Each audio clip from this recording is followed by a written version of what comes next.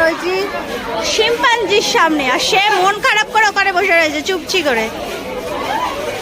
প্রথমেই শিম্পাঞ্জি দেখে আমরা চলে আসি জেব্রার কাছে। যেমন দুঃখ করে দেখলাম একা একাই ঘুরছে, আর সেই যে দূরে দেখো বসে রয়েছে কচ্ছপখানায়, কি বিশাল আকৃতির, বেশ জুম করে তোমাদের দেখাতে হলো। আর এইদিকে মনে হচ্ছিল না পান্ডা পুতুলটা দেখতে পাচ্ছি, এত কিউট কালো কুচকুচে একখানা ভালুক, যেখানে একজন বসেছিল ওই সে দূরে, আর একজন ছিল সামনে হাঁটাহাঁটি করছিল। আর এদিকে তো কুমির, এত লোকজন দেখে জলেই চলে যাচ্ছে। মনে পড়ে তোমাদের জলে কুমির না টাঙায় কুমির খেলাটা? আর তারপরে আমরা চলে যাই নাচুনে হরিণ দেখতে। ওই যে দূরে দেখো নাচুনে হরিণ, ও কিন্তু একা নেই, সাথে রয়েছে আরো অনেক সঙ্গী। আর এদিকে এক সিংহ গন্ডারে একটা শিং কেটে উড়িয়ে দিয়েছে, আর ও যে কি খাচ্ছে কি করছে বুঝতে পারছিলাম না। শেষে তারপর আমরা চলে যাই সাদা বাঘ দেখতে। আরো কি কি অ্যানিমেলস দেখলাম নেক্সট মিনি ব্লগে শেয়ার করবো।